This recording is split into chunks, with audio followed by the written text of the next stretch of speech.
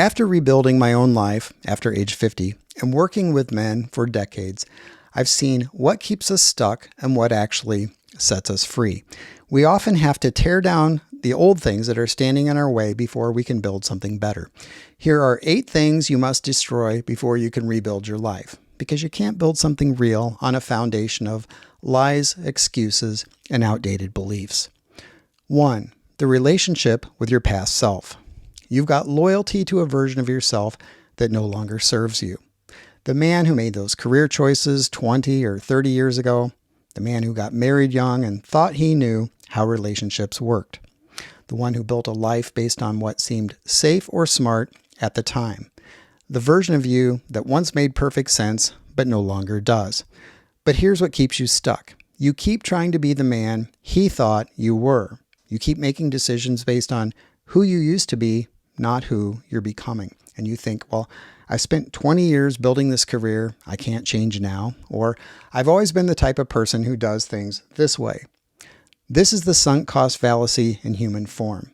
Just because you've invested decades in being someone doesn't mean you have to keep being that person if it's not working anymore. Rebuilding your life requires grieving the man you used to be, not because he was wrong, but because his time is over. The priorities that might have made sense at 30 may be suffocating you at 45 or 50. The identity that got you this far might be the very thing preventing you from going further.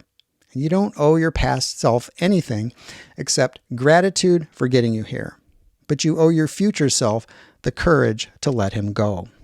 2. The story about why you can't change. Every one of us has a story. A personal narrative that explains why we are the way we are and why we turned out the way we did. And in some cases, that story is even true.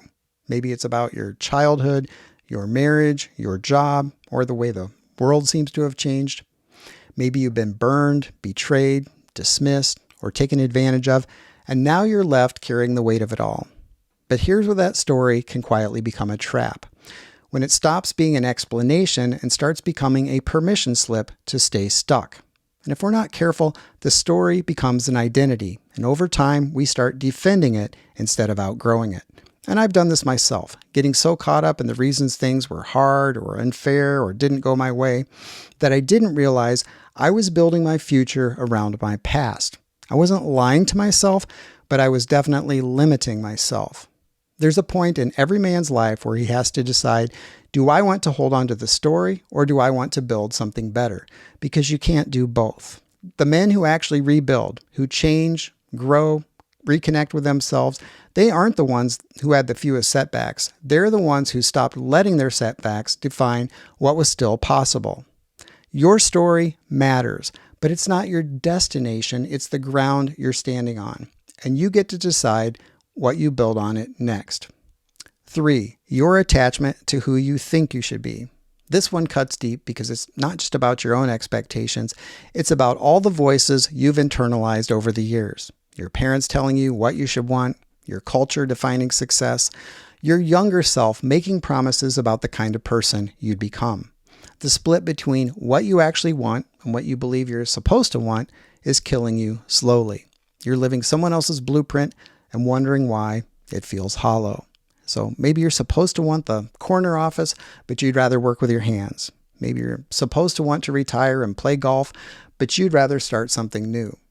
Maybe you're supposed to prioritize financial security over everything else, but what you really want is time and freedom. The shoulds in your head aren't neutral. They're someone else's values masquerading as your own. And you can't rebuild an authentic life on an inauthentic foundation. Here's the uncomfortable truth. Disappointing other people's expectations of who you should be is the price of becoming who you actually are. And some people won't understand that. Some will be upset. Some will try to pull you back into the box they built for you. Let them be disappointed. Their comfort with your conformity isn't worth your misery. 4. The illusion that you have unlimited time. There's nothing more dangerous than thinking you still have plenty of time. You don't. Not for the things that matter. Every year you wait, the window narrows, not just physically, but emotionally. Energy, momentum, clarity, they fade. and at some point later turns into never. If you're 45, 50, 60, you don't get to pretend that you're in the warm-up lap anymore. The math is simple and brutal. If you live to 80 and you're 50, you have 30 years left, maybe 20 good ones, maybe fewer. And this isn't meant to depress you, it's meant to wake you up. Because once you truly accept that the clock is running, your priorities become crystal clear. You stop wasting time on things that don't matter. You stop waiting for perfect conditions. You stop treating your life like a rough draft. The men who rebuild successfully aren't the ones who had more time. They're the ones who finally admitted how little time they had and started acting accordingly. Every day you spend living someone else's life is a day you don't get back. Every month you postpone what matters is a month stolen from your future self. Every year you wait for permission is a year you could have been free. The urgency isn't panic, it's clarity, and when you know time is finite, you get very selective about how you spend it. 5. The fantasy that change happens gradually. We like to imagine that growth will come gently, one small upgrade at a time. A slight adjustment here, a minor improvement there. We tell ourselves that we can ease into a new way of life without disrupting the old one.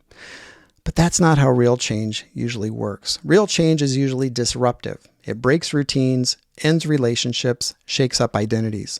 Sometimes the most honest thing you can do is make a clean break. Quit the job, set the boundary, speak the truth that changes everything. And I'm not advocating for reckless decisions. I'm talking about the courage to acknowledge when incremental change isn't enough. When the gap between who you are and who you need to become is so wide that baby steps won't bridge it. The fantasy of gradual change is really a fantasy about avoiding discomfort. But discomfort is the price of transformation. The caterpillar doesn't gradually become a butterfly by adding wings to its existing structure. It has to completely dissolve and rebuild from the inside out. And your life might need the same kind of radical reconstruction. Not because there's something wrong with you, but because there's something right with you that's been suppressed for too long.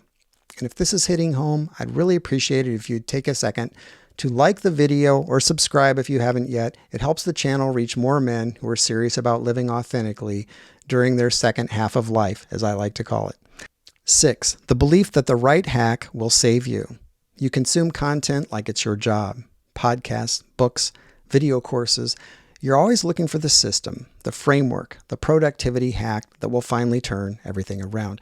And you call it personal development, but really it's become sophisticated procrastination. Here's what I learned the hard way. There's no morning routine, supplement stack, or time management system that will rebuild your life for you. Growth isn't a hack you can download and install. It's not a formula you can follow to guarantee results. Growth is a decision. Then a dozen uncomfortable actions that you can't delegate to an app or outsource to a coach. It's having the conversation you've been avoiding. It's saying no to things you've always said yes to. It's showing up differently in relationships, even when people don't like the new version of you. You already know what you need to do. The information isn't the problem. The implementation is. And that can't be hacked. It can only be done. So stop researching your life and start living it. The perfect system doesn't exist, but imperfect action does. And imperfect action beats perfect planning every single time. 7. Your loyalty to people who don't support your growth. This might be the hardest one because these aren't necessarily bad people. They're people who benefited from the old version of you, the one that was safe, predictable, self-sacrificing. They liked you better when you didn't have opinions, boundaries, or needs of your own. So as you start to change, some of these relationships will resist. They'll guilt trip you about being selfish. They'll reminisce about how you used to be. They'll make you feel like growing means betraying them. But here's what they're really saying. We preferred you when you were smaller. And that's not love, that's just convenience for them. Real relationships can handle your growth. They might be uncomfortable at first, but they'll adjust. The ones that can't handle the real you were never really yours to begin with. They were relationships with your performance, not your person. Rebuilding your life might mean disappointing people who benefited from your self-sacrifice. It might mean losing friends who only liked you when you were struggling. It might mean creating distance from family members who need you to stay broken to feel better about themselves. This isn't cruel. It's necessary. You can't become who you're meant to be while carrying people who need you to stay who you were. 8. The fantasy that everyone else has it figured out. You look around and you assume you're the only one struggling. Everyone else seems confident, successful, content with their choices. They post their highlights on social media while you're living in your behind-the-scenes reality.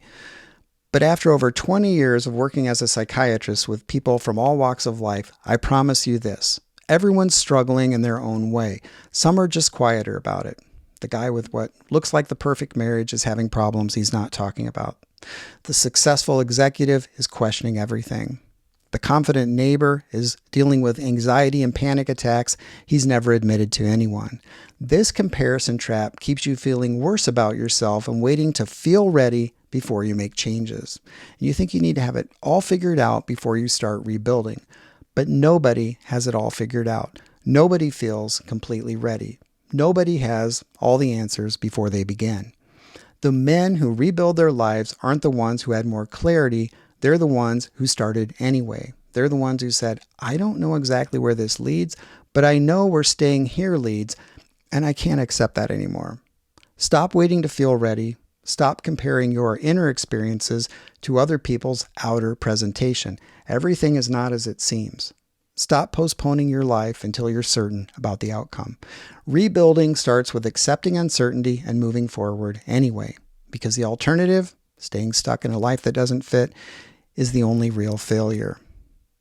What's one thing from this list you're ready to destroy? Let me know in the comments. And if you're a middle-aged guy who's serious about becoming a better version of yourself, subscribe for more content like this. Thanks for watching.